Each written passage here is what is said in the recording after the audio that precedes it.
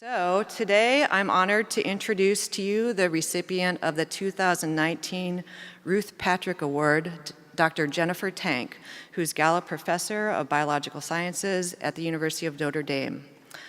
This award is given to an aquatic scientist who's made sustained contribution towards solving an environmental problem. And Jen's receiving this award for her significant contributions to aquatic biochemistry, applying those fundamental concepts to human-impacted agricultural landscapes, and informing stream management through community engagement. So much of Jen's early career focused on basic research in biogeochemistry in pristine aquatic systems, and her individual and collaborative work on nutrient limitation, nutrient spiraling in rivers, and controls on nitrogen uptake provided important insights into nutrient cycling and organic matter processing in streams. Then, upon moving to the heavily agricultural region of the upper Midwest United States about 20 years ago, she saw that her research in pristine systems was directly applicable to understanding the effects of nutrient pollution in agriculturally impacted streams, which is one of society's most pervasive and challenging environmental problems. So these headwater streams are often actually ditches constructed by farmers to improve water drainage from their fields, and they're avenues for transporting huge amounts of nutrients, crop residues, and agrochemicals downstream. An initial work by Jen and her colleagues aimed to understand the ecological dynamics of these heavily impacted streams, focusing on nutrient transport and uptake, rates of denitrification, and transport and decomposition of corn detritus. And from this strong base, Jen and her group transitioned from asking how do these ecosystems work to what can be done to improve the water quality in these streams. And since then, she's gone on to lead projects on the effects of things such as transgenic crops on aquatic ecosystems, stream restoration, agricultural conservation practices designed to reduce nitrogen and phosphorus loss from croplands. And by implementing specific conservation practices, her research team have found dramatic improvements in water quality. And throughout these projects, Jen's looked at farmers as partners in solving this common problem rather than as the polluters. And this has really been a key a key to her success affecting change. So since 2016, she's served as the director of the Notre Dame Environmental Change Initiative, which brings together researchers to work with policymakers, corporations, resource managers, nonprofits to conduct research aimed at solving these problems. Additionally, I'd like to mention that she is the president of the Society of Freshwater Science, which is our sister society. So in summary, Jen is not only a leader in the scientific world, but also in the agricultural and conservation sectors. She's by actively engaging and collaborating with farmers and conservation practitioners to affect real change in the environment. And like Ruth Patrick, she's made critical contributions to our basic understanding of aquatic ecology, and then taken that knowledge and applied it to human-impacted landscapes, ultimately influencing the way that these ecosystems are managed. So please join me in congratulating Dr. Jennifer Tank.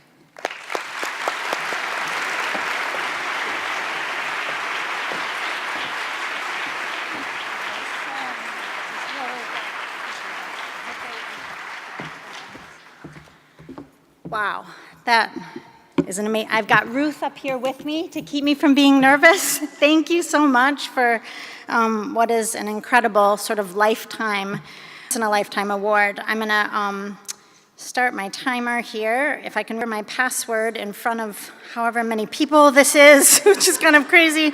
And it feels like one of those moments where I kind of have to take a picture, so I'm just gonna do it.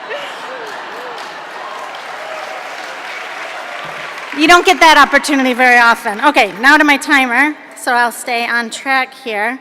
Okay, and I guess I just need my slides. Yeah, great. So again, thank you so much for this incredible honor. As I mentioned to a number of people, I saw Ruth Patrick give a seminar at Virginia Tech my second year of graduate school. She was well into her 80s. It was totally inspiring. So that this award is in her honor, I just couldn't be more humbled. So I'd like to talk to you today a little bit about the research that we've been doing at the intersection of agricultural land use and fresh water, and with this theme of translational ecology as a way forward for problem solving. This kind of work, there are no gates, there are no private access streams. The agricultural Midwest is land that's heavily used, and you need partners in order to access these waterways. So we've got a lot of partnerships in place to make the project happen. And then in addition, the type of funding that we've gotten from USDA requires a one-to-one match through the Farm Bill, and so many other partners, including commodities groups as well as foundations, have come forward to help us conduct this work. So we're very, very grateful for that. Finally, it doesn't happen without a village. In this case, Todd Royer has been my collaborator on this work, an amazing partner, and then the students and postdocs that have worked on the project have been invaluable. It's definitely been a team effort. So just to give you some context, streams draining row crop agriculture, particularly in the Midwest, really are leaky systems. More than 90% of the 50,000 or so kilometers of Indiana streams and ditches are within 500 meters of row crop agriculture. So agriculture and freshwater sit next to each other in this space. There's a lot of things that are happening on the landscape. Fertilizer inputs, channelization, subsurface tile drainage, they're all essential to maintain productive agriculture, which feeds the world. But in that type of management, we have basically reduced channel stability and nutrient retention in these systems, so they're functioning kind of as pipes moving water and materials downstream. So the net result is the increased export of excess nutrients and sediments to downstream water bodies, especially during snowmelt and spring storms.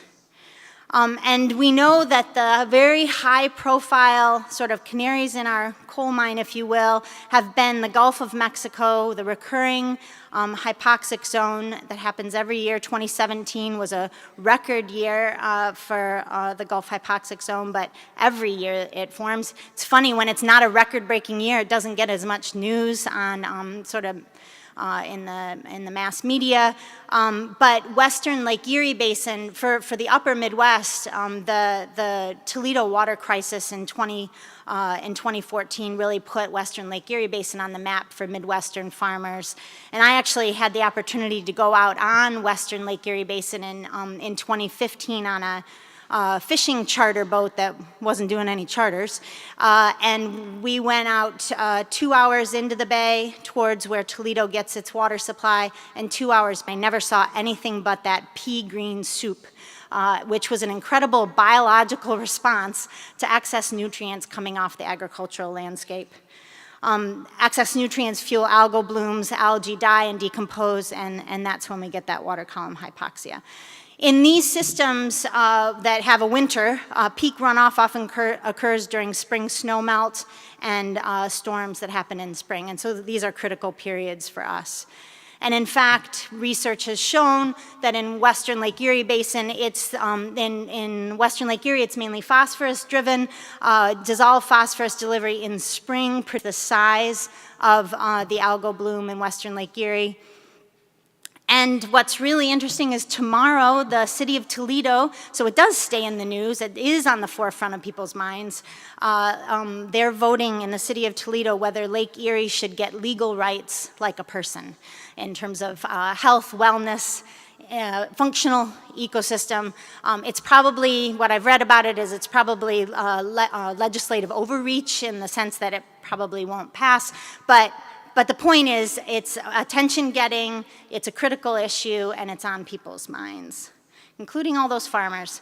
And this they deal with. You can see why they'd bring something that seems sort of outrageous to the city residents, but when you look at what Toledo looked like in September 2017, these are some amazing pictures in the Toledo Blade. It looks just like Chicago on St. Patrick's Day. yeah, it's an, again, amazing biological response, so we need to do something. And it's not just Western Lake Erie Basin's gotten a lot of press, but this recurring issue in the Mississippi River Basin and the Gulf of Mexico, we've shown without a doubt that the nitrogen and phosphorus that are delivered during the sort of the top 10% of flows are really what are responsible for the majority of nutrient exports. So we've got to deal with these high flows. So I think one of the research gaps that my group has been trying to fill is how to quantify the impact of conservation, agricultural conservation practices on nutrient loss, especially during high flows. And why is it important? Well, I think we're going into a new future. This is a little bit closer to home for me. This is in South Indiana. The St. Joe River flows through South Bend, and the sort of pre-1975 peak flows look a whole lot different. That actually had a negative trend from the post-1975 flows, which are going up.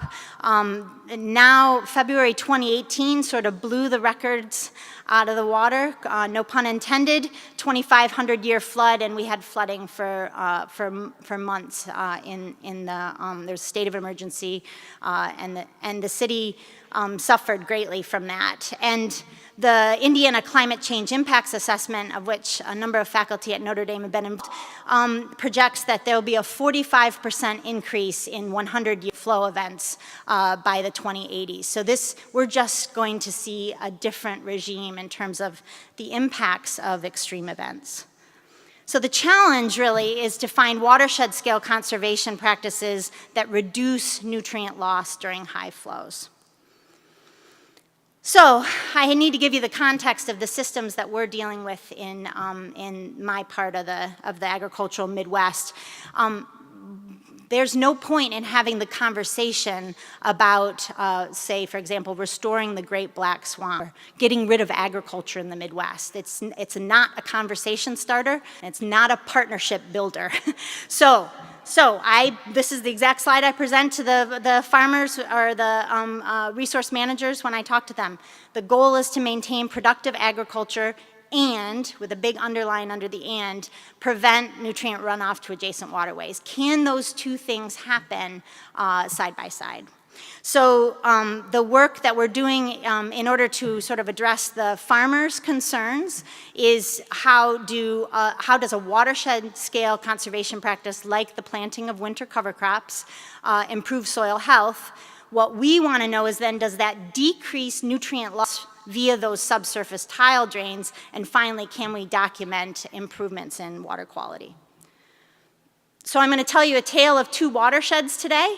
I'm only telling you the tale of two watersheds. I thought we had plenty of data with one watershed, but it turns out, and this was one of these translational experiences that you don't forget, you get up in front of a group of resource managers and farmers and you think you've got the answer, right? And they're like, well, you did it there, but I'm not sure it's going to work everywhere. I think you should do it somewhere else too. So this is a story of two watersheds because we were really pressed to show the kind of, document the kind of water quality improvements, not just in one place, but that it could be done at scale. And scale for me is really the entire upper Midwest. I'll talk about that in a little bit.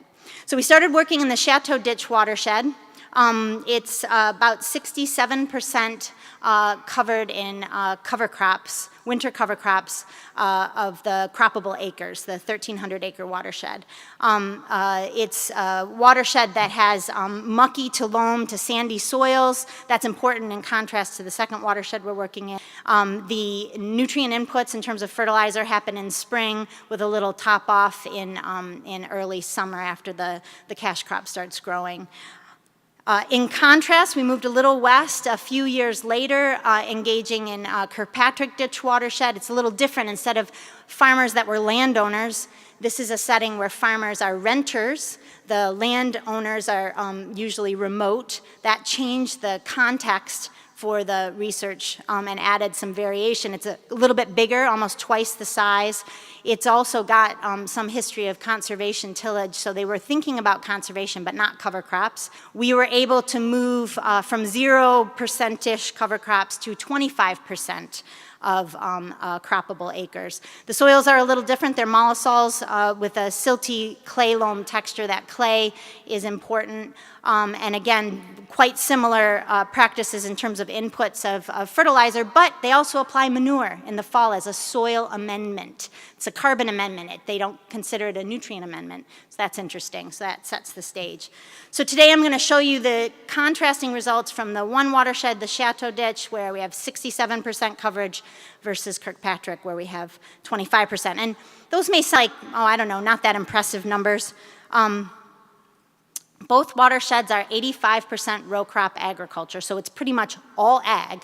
And then on that, we're putting thousands of, 1,600 acres of cover crops in Chateau and over 2,000 in Kirkpatrick. This is how it stacks up against the average for the state. So we only have data through 2015 for the state, but it peaked out and has stayed steady the last few years at 10% coverage of croppable acres. So that's the baseline. And just to put that in perspective, that baseline is the best in the country. So the very best we're doing in the country for cover crops is 10% of croppable acres. We kind of hit, sort of hit the experiment with a baseball bat to get 67% coverage at the top and 25 at the bottom. And this is what it looks like, contrasting sort of your typical bare ground from about late October, November through April. That's what it looks like, brown, bare, dirt. Imagine rainstorms, snow melt on this bare ground. You know what happens. And then next to that picture is a picture of watershed-scale cover crops. This is at the top of the Chateau Ditch. That green cover lasts into about December. Then there's snow, and then as soon as the snow melts, you pop a green again, and the cover crops sort of refresh. So the life cycle, if you will, is after harvest, the cover crops are growing. You move to this bare fallow period where they're sort of dormant with their root systems below ground. Then the cover crop grows, and then you terminate the cover crops in about April, and that becomes like a slow release sponge of nutrients, and they plant the cash crop into that field. And the key piece of this, and it's something that I didn't realize we had to do a lot of education around, was that the farmers were very worried about what the above ground biomass looked like. Do I have a good cover crop or not? It's actually the below ground that matters, and you can't see that. What you're seeing on top is only part of the story, and that's been a lot of our sort of education approach. So we do year-round sampling.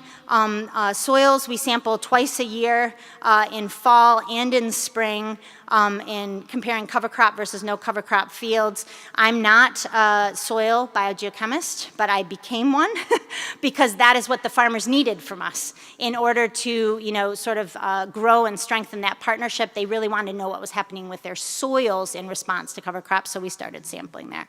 So I'm going to show you nitrate and water extractable phosphorus data. And then in terms of water, the key feature is sampling year-round. If you only sampled in the summer, you'd totally miss the story. So we're sampling every 14 days, both at the tile drain outlets, which are sort of an integrator of what's happening on the fields, and then at the watershed outlet, both for nitrate and SRP. So I wanted to show you a little bit about the cover crop biomass because it's above ground, so we're not sampling the below ground biomass every season, but it does set the stage for what you'll see in the reductions, for reductions in watershed-scale nutrient loss. So what you can see, Chateau is on the left, so this is the orientation I'll use. Chateau is on the left with the 67% coverage, Kirkpatrick on the right at 25. And what you can see is from fall to spring, you get a change in biomass growth. You get an increase as you're in the spring period right before termination. But that every year is different, especially in the watershed in Kirkpatrick on the far right. So you can see that fall 17 spring 2018 year was a really low year for above ground biomass, but it doesn't play out in terms of the soils data or the tile drain data. So that's really interesting, and it's an important point we've been making with farmers. Don't worry so much about just plant something. No bare ground is the message rather than what you see above ground. So biomass increases from fall to spring, and the above ground biomass varies seasonally. And it probably is a lot about crop rotation. Here are the soil nitrate data for both watersheds. And what, again, we see this variation year to year. Doing this study for 1 year isn't enough. It wasn't compelling enough to the farmers and resource manager. And doing it year after year has shown more compelling trends. The soil nitrate does vary seasonally and year to year, but in both watersheds, there's a very robust trend that soil nitrate under cover crops is lower than without cover crops, meaning there's less leaky nitrate to move through into those subsurface tiles and out to the stream. Interestingly, the phosphorus story wasn't the same. A lot of press on phosphorus and conservation in Ohio in the Western Lake Erie Basin because they've shown some trends that maybe some sorts of conservation can increase dissolved phosphorus loss, which gave a really bad rap to conservation. We're not seeing that, but we're not also seeing very consistent trends in reductions. So for Chateau, there was pretty consistent water extractable phosphorus decreases with cover crops, but only by about 18%. And for Kirkpatrick, generally no reductions, and it's variable year to year. So I've shown you the sort of the soil setting, and now I want to take the next step, and this is the subsurface tile drain sampling that sort of represents the integrator of what's lost from the fields. And we're doing this as a mass loss, so multiplying nutrient concentration of the water sample by the flow out of those subsurface tile drains. It's done in a very high-tech way with a white bucket and a stopwatch. So these are instantaneous loss rates that I'm showing you from the entire year of sampling every 2 weeks. And so what you see with cover crops, the take-home is that cover crops do reduce tile drain nitrate loss consistently in both watersheds, no matter what cover crops, the cover crop biomass is doing, or even the soil setting, we see this very consistent reduction. Annual tile loss rates were generally lower in Chateau compared to Kirk, so the watersheds were different, but the cover crop reduction ranged from 47 to 88%. So it's really like a sponge on the landscape holding those nutrients on the fields where they belong. And incidentally, that's usually fertilizer that farmers have paid for to apply to their landscape, so that's money saved as well. Phosphorus, as a soluble reactive phosphorus, a little bit more variable. In Kirkpatrick on the right, cover crops reduced annual tile SRP by 33 to 84%, very consistently.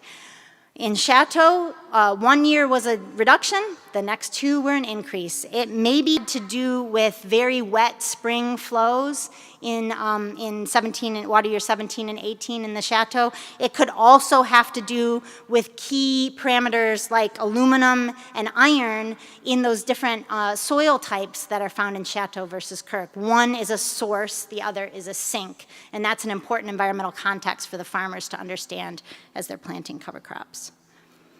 So finally, the big money question for folks like us who are thinking about aquatic ecologists that are thinking about watershed export is really what's happening at the outlet of the watershed. So we have a multi-year record of flow and grab samples every 2 weeks throughout the years. We started in the Chateau ditch, added the Kirkpatrick after a couple of years, and then we used load flex to estimate daily export in these systems to get an annual loss rate.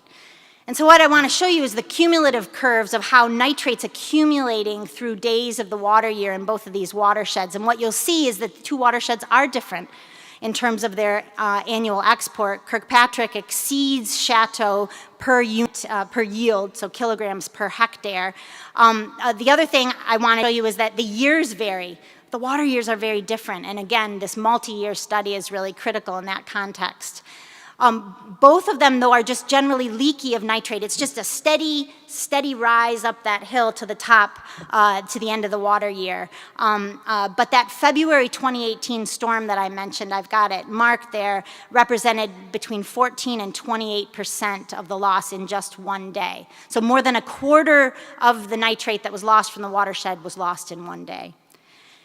And when you look at the top 10% of the flows, that's lightest green on the top of those stacked bars. In both Chateau and Kirk, you see this very strong driver of high flows in exporting nitrate. So 42 to 62% in Chateau, 61 to 73 in Kirk. If we don't deal with high flows, we are never going to solve the problem in the Gulf of Mexico or Western Lake Erie Basin.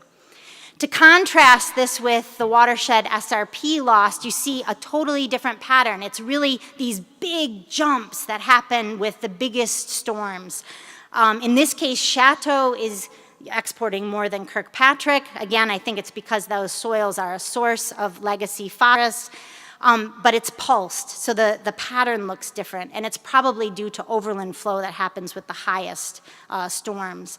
That February 2018 storm I marked again, 60 to 69% of the phosphorus lost over the entire year was in one day. Again, how can conservation really sort of rise to the occasion when you've got this kind of impact of high flows? So there's the top 10% of flows, the very lightest purple, and you're seeing 65 to 90% of the export for Chateau, 13 to 75, very variable in Kirk. So this is leading us, our next direction is to really look at seasonal export, because if we just look at the annual export, we're not getting the answers we want, because the overriding influence of storms.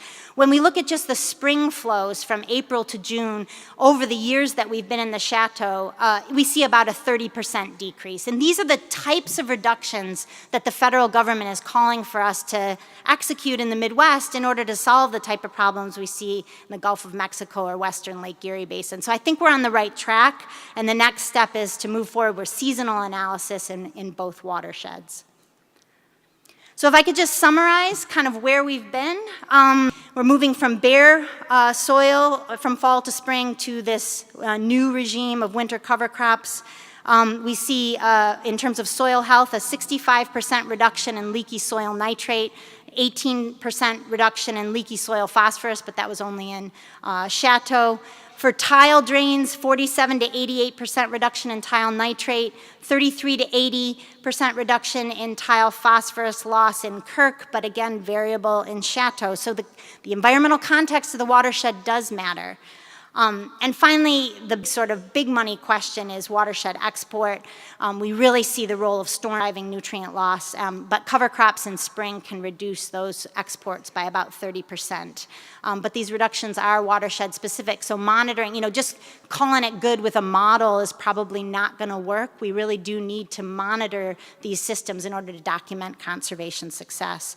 So my take home really is that watershed scale conservation does keep nutrients on fields and does have the potential to reduce watershed nutrient losses. I think it's something we should consider, not in selective places, but as an everywhere thing. Just like at construction sites, you always see those orange storm fences. Good or bad, you always see them, because that's just how you do business when you do construction.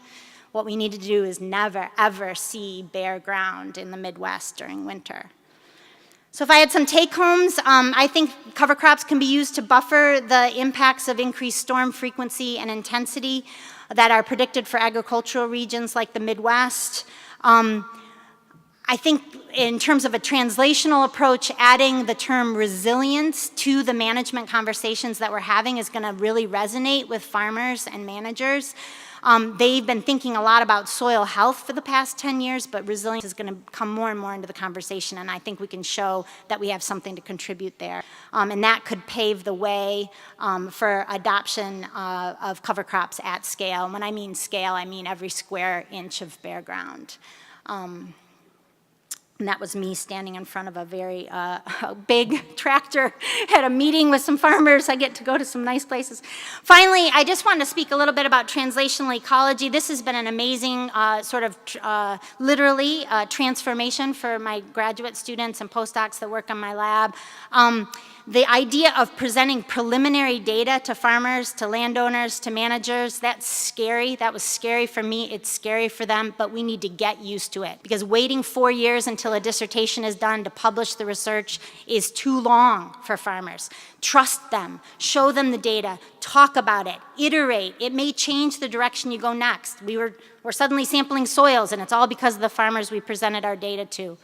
And I think these best practices of being open with data as a common currency, being willing to share and vulnerable about sharing preliminary data, and then be willing to take a new direction is what's going to make translational ecology a contribution in sort of the policy and management space. And then I think my last slide is to get something like this is once in a lifetime. To have it be in honor of Ruth Patrick will forever be an inspiration, and I'm incredibly grateful for the opportunity to share the work we've been doing, so thank you.